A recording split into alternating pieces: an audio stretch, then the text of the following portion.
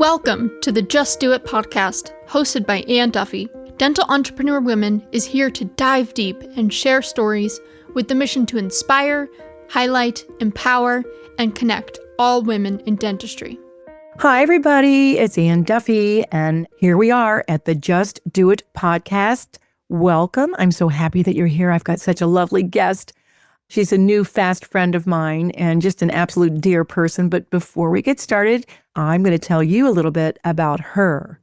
Ashley Bond is the co-founder and chief dental billing officer of Wisdom, a full-service dental billing company that helps practices streamline billing and maximize collections. Passionate about business growth and efficiency, she enjoys empowering practice owners and office managers in dentistry. Fun fact, she has never eaten a pickle. It's a personal competition to see how long she can go. 35 years and counting. Wow. She also is highly competitive in all areas of life, if you could not tell. Please help me welcome the amazing Ashley Bond. Hi, Ashley. Thank you so much for having me.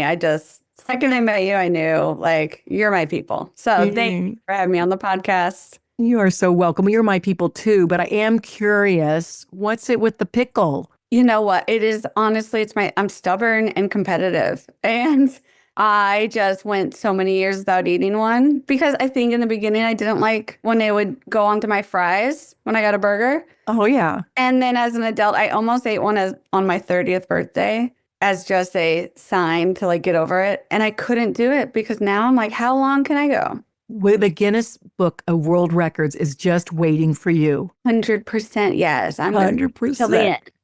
You women all sample. She launched her marketing business in the Guinness Book of World Records. Oh, yeah, that's right. She did. Oh, my gosh. You're so funny. I love that. But I really love your story. You're one of the few people that I know that has actually built a business and been extremely successful. Then I think you sold it, right? Okay, so let's just start it. What inspired you to transition from working in your father's dental practice to building a full-service dental billing company? And what challenges did you face as a young entrepreneur, I might say? And I will tell you, this was not in my plan. I have always had the entrepreneurial bug. At a young age when you have it. I still remember at 12 years old, building out these business cards for Ashley's Babysitting Club. It had ABC, and my dad helped me laminate them and then put a magnet on the back. And I drove around my riding lawnmower and would put them in people's mailboxes. Oh my gosh. I knew I wanted to build something, to do something. I just didn't know what. And I tried many different avenues of competitions to kind of just keep that spirit going. Was thrown into dental, not on my plan, not on many people's plan when they're thrown into dental. And it was because my dad needed help. And I was young, I was 20. And basically he said, I'm still paying for your car insurance and you need to help me. I'm like, all right, I don't have a job, so let's do it. Thrown in, didn't know what I was doing, but grew from the mentors in my life, which was the biggest impact. And then coming to starting my own company, again, was not on purpose. It was an accident. I left my dad's practice. I saw a need that he had. He was going through so much turnover and instability, and seeing him burn out in dentistry broke my heart. So it was just, hey, let me do this from home. I don't know what or how to do it, but let me do it. And then I decided, well, you know what? Let me just make a logo. And I made my own logo on, I don't even know how I made it. I think it was Canva. And I made a website on Wix. I'm like, let me just throw this out here, put it up. Got my first client a few months later, and it snowballed from there. And so it was all about just rolling with it, being okay to pivot, being okay to fail, and just saying yes to things that scared me is what just helped me push forward. So was it dental billing from the very beginning? Is that what you started to do? So this is the funny part. I thought I was going to be a dental consultant because that was my experience. Is dental consultants helped me get to where I wanted to be. I want to be a dental consultant. So my first company name was Bond Dental Consulting. Okay. And then COVID hit. So I started my company December 2019 is when I did my LLC. COVID hit, of course, a few months later, which turned out to be the biggest blessing in disguise. I had my first client besides my father start in February. shut down in March. Mm-hmm. And that gave me time to think about, what do I want to do? Had a lot of people speaking into my life, and I got advice that said, okay, you're trying to build these two companies at once. I was trying to build a consulting company, but I had two clients for billing. But I thought, like, that's not my plan. I'm not going to do billing. I'm going to consult. So, like, let me build both at the same time. And I got great advice to focus on one first. Mm-hmm. And so I made the decision, I have clients on this side of it. Let me just see where this road takes me. So it was not my original plan, but it's the plan that there is a clear path forward. So I took it and I pivoted, changed our name to Bond Dental Billing, changed our logo and all of that, changed the website, and then just followed the plan. Wow. That's amazing. I mean, just the fact that you kind of fell into it, but actually you knew you were good at it. And you're actually consulting in a sense anyway. The dental billing is such a huge vacuum of where the money goes and where the money doesn't go. And you're really helping dentists be able to sleep better at night. I mean, isn't that the goal? 100%. And the fascinating thing that I learned was the issues my father had were not isolated to him. I thought it was a him problem. Yeah. And then even this year, have had conversations with doctors that are telling me the same things my father was saying to us. And it's, they can't sleep at night. They're waiting for that text message that someone's not going to show up to work. They can't even enjoy family vacations because they're worried about what's going to happen when they come back. Who's going to call in sick? Who's not going to be there? A lot of offices, doctors still, they're not making payroll. A lot of it has to come back to these insurance billing processes. And so it was just so interesting that I was kind of trying to run away from what I was really skilled at, which is the dental billing. Mm-hmm. But God had other plans. Like, nope, this is what you're meant to do. And thankfully, I just followed the path that was the most open and the most clear at the time. I mean, I think accidentally, you also followed the path that you felt the flow. You felt like you were into your strengths, into that, and also helping dentists, especially having that personal experience with your dad.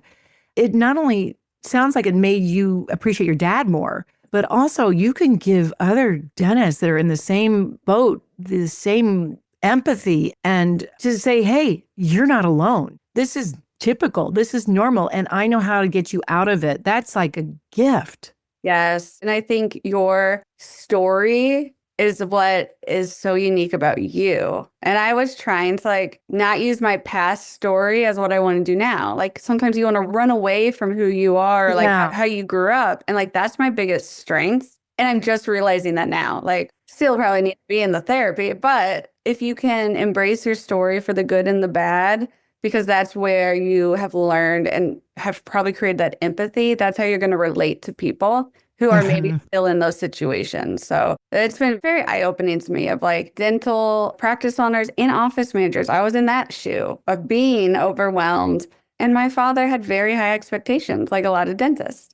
So it's being able to see both sides and be like, we have a better way. Yeah. Well, and plus, I mean, it reminds me of the spouse group that Beverly has started, because think about it. You're his daughter and you can see that the money's not coming in and you got to pay payroll. And I mean, that's just taking on so much more than if you just walk away and you're going to go home to your own family and not even worry about it. That's like a family affair and taking on that kind of stress. And now you have confidence. I mean, if you can help your dad, you can certainly help anybody out there. I'm telling people, if I can help my father, there's hope. And that's what I want to give office manager and dentist.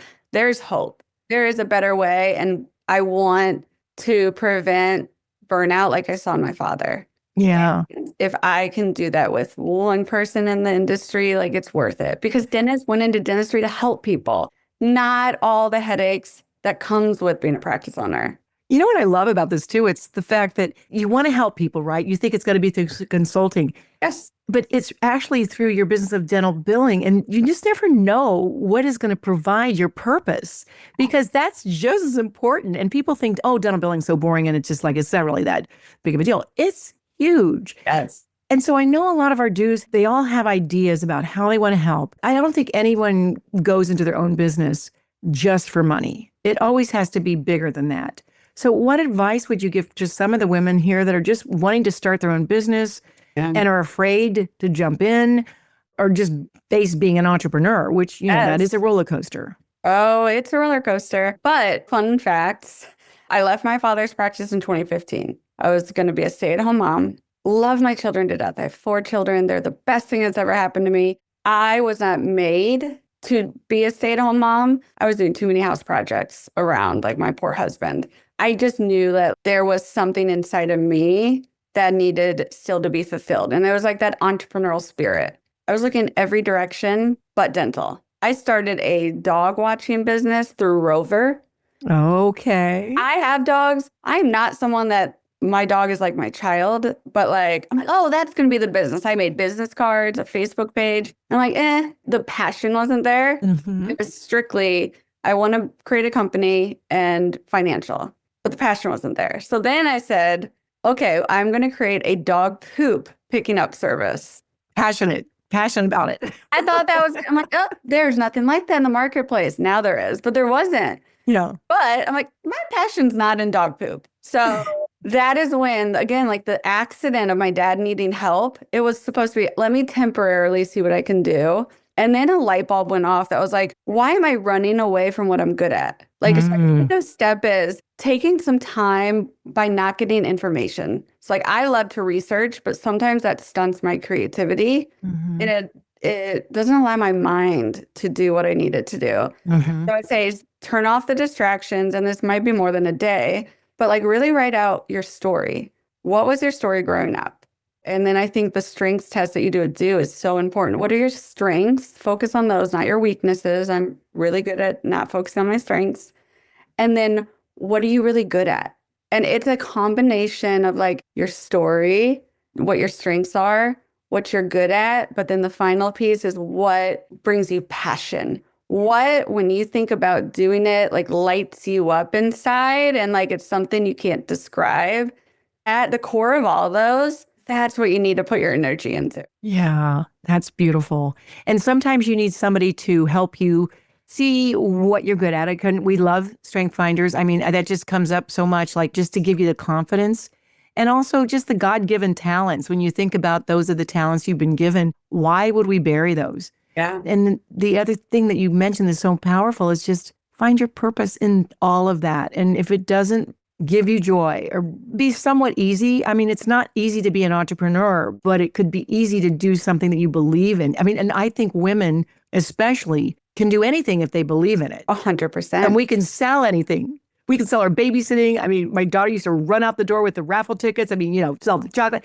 She's an entrepreneur. And we can do anything that we believe in as a cause for the betterment. I think that's what makes a strong reason to start your own business. 100%. And I think it's key what you said of having people in your life that can speak truth into you, because a lot of us women, what we're telling ourselves isn't what we need to hear. I have the worst inner voice. And that's something I'm working on now, is being kinder to myself. If you find yourself that you're doubting yourself because of your inner thoughts, have other people tell you what your strengths are. Have other people tell you what they think you're good at. And then it kind of takes away that doubt that you're putting on yourself. But if it's just chatter anyway. I've trained my brain now, like that's the chatter, that's automatic. So I purposely have to change that chatter. So if you are in doubt, talk to other people. And then just know if you have it on your heart to be an entrepreneur, just know you're gonna fail, and that's okay. Thankfully, I was at the mindset of like, I can be impulsive, like my ADHD, be very impulsive. But for me, that actually helped me not think about consequences. Did not help me as a child. As an adult, I make a decision, I go, and if it doesn't work, I pivot. And so that's where I think getting that doubt away and just being okay if you mess up or make a mistake, because that's how you're going to grow. You might pivot. What you're doing today might not be what your business is tomorrow. And that's okay, because there's learning throughout the journey. Yeah, it doesn't happen to you. It happens for you. But you have to have that mindset. Like you said, you just have to keep getting back up. Yes. And then, well, I love also call a do. You need some help, or, call your sister. But, you've trained your sister. And you're so young, Ashley. I didn't even know anything like this until I was in my early 40s, that it was even possible to have a mindset shift or whatever. I can't wait to see how you develop and grow what you're doing right now. And tell us a little bit about that. How do you navigate growth? And you're delegating now because you can't do it all. When you first start out as an entrepreneur, you're wearing every hat. I'm sure those first 2 clients, you didn't have anybody working for you. You even made your own darn website. and major cards and all that sort of stuff. What would you recommend to other women that are trying to do the same thing and be successful? It's still the hardest thing for me, but what got you to start your company, which is going to be bootstrapping, everything's on your shoulders, is not going to be what gets you to grow. You're going to hit your ceiling, and that you have to know when that is and when it's time to delegate. And I could have been fine doing things on my own. My vision was growth. So knowing my vision was growth, I had to delegate. And it's hard, but it is just something you find a good team member. And for me, my team is why I'm here today. If you don't have good people that you can go to and that can support you and that you can trust, then it is so hard to make it there. So I found my team on Facebook, never met them. But when you meet someone, you just know that like they're your people because they have integrity. One of my first team members was Darla, and still like one of the nearest, dearest friends to my heart. The biggest impact in my life to just allow me to delegate. So find one person that gives you the security to delegate, and then it gets easier. My delegation still, it's not the best. I could delegate more.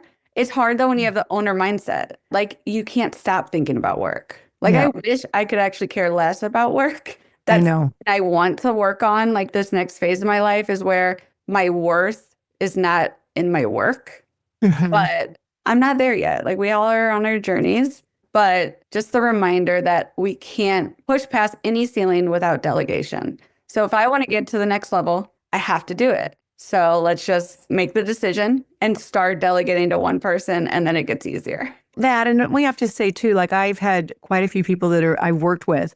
And then when it doesn't feel like a good relationship, or you can grow into something that just didn't quite feel like it jived, don't be afraid to find somebody else that might be able to fill that role, because everyone grows in different directions. And I think sometimes, especially when you're hiring people, initially they are in a great spot, but they might want to do their own thing, or they might find that they didn't want to pick up poop for the rest of their life and they decided they wanted a different career. But that's okay, as long as we leave always everybody whole. And some of the changes that I've made, and they've been hard because I think with women, we just want to love each other. And frankly, we want to do it all for free anyway. I mean, I'm sorry, but it's just one of those things. I don't particularly care for asking for money, but you got to do it, because if you're not making money, you're losing money. And that's not a very good business model, right?